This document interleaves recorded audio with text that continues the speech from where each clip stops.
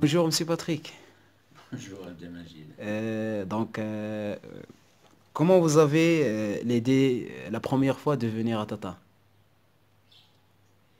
Ben écoute, à Tata, moi j'y suis venu un petit peu par hasard parce que j'étais à la recherche de pistes d'aviation, puisque j'avais une compagnie d'avion taxi et qu'on en avait assez d'aller à Merzouga où il y avait tous les sports automobiles au milieu des dunes. Donc j'ai découvert cette région par la route en venant par Irem. J'ai été bluffé et époustouflé, comme on dit, par ce qu'on appelle maintenant les géomorphosites dans le cadre du géoparc, mais un petit peu cet aspect de la géologie, les couleurs, et puis arrivé à Tata, ben, un petit peu la rencontre avec les Tataouis qui a été vraiment très bonne, et puis cette maison de Darinfian qui est une ruine, et qui m'a beaucoup intéressé puisque je venais de finaliser un petit peu la grande traversée de l'Atlas marocain et la réhabilitation touristique de vieilles maisons comme ça, juives berbères dans les Aïd Boumès. Oui, vous avez parlé du géoparc Jbel Donc, comment vous avez eu l'idée de faire un géoparc Jbel ici à Tata?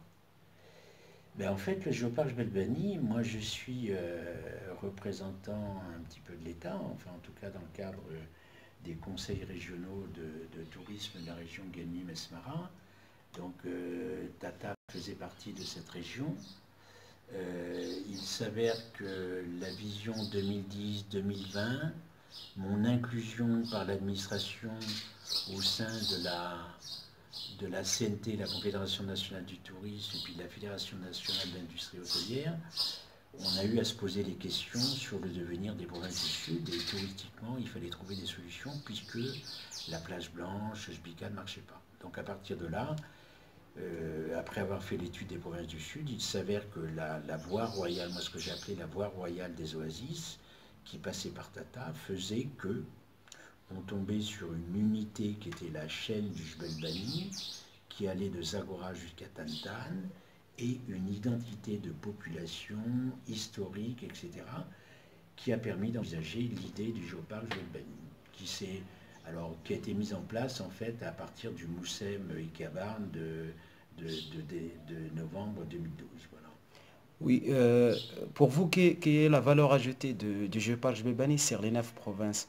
Qu'on savait que le territoire du géoparc Jbel se réunit 9 provinces, quelle est la valeur de ce géoparc pour ces 9 provinces?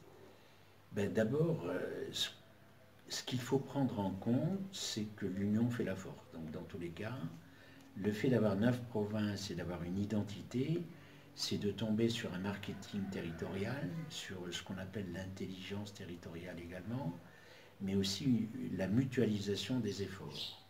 Tata seul ne peut pas trouver sa voie. Elle a des atouts qui seront certainement miniers, qui vont sortir maintenant, sans doute des sources d'eau qui vont permettre, disons, d'envisager des nouvelles visions de l'agriculture, c'est possible, mais dans tous les cas, Tata est enclavé. Tata est à la frontière, et à partir de là, il y a les accès, que ce soit routier ou l'aérien qui viendra. L'aérien ne viendra que dans la mesure où, touristiquement parlant, il y aura, à travers ce qu'on a fait dans le géoparc, les circuits touristiques au départ des différents aéroports, etc., et qui donnent des visions et des définitions de ce que l'on peut faire. On avait dit qu'à Tata, il n'y a pas grand-chose à voir. On arrive maintenant entre les sciences humaines, les sciences de la terre, l'archéologie, la géologie, etc., le patrimoine matériel et immatériel. On s'aperçoit qu'il y a énormément de choses à faire et à voir.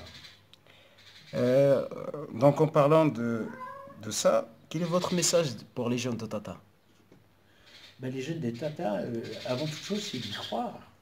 Moi, personnellement, avant que je fasse cette maison de Darinfian ou les campements de Tissi, personne ne voulait croire qu'on pouvait faire des choses un petit peu particulières à partir d'une ruine qui avait été désaffectée. Les gens étaient partis.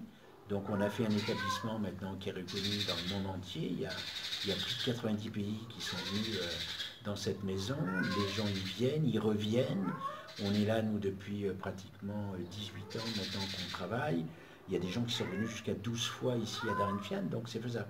Les jeunes, il faut pouvoir penser, rêver, reprendre le rêve de croire qu'on peut faire des choses à Tata. Il y a les nouvelles technologies, maintenant il y a les fibres optiques, il y a l'Internet, il y a, disons, il y a le tourisme, l'écotourisme, l'agrotourisme, il y a des nouvelles technologies. Maintenant, il faut se creuser la tête. C'est pas tout ça, ça vient pas tout seul.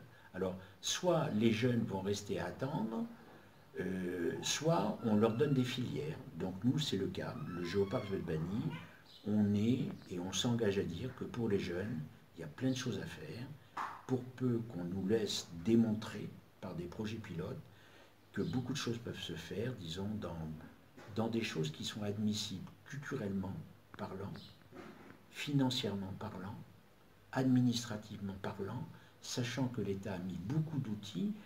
Encore faut-il qu'on transmette ces outils-là à des jeunes qui ne les connaissent pas actuellement. Nous, nous sommes là pour ça. Voilà.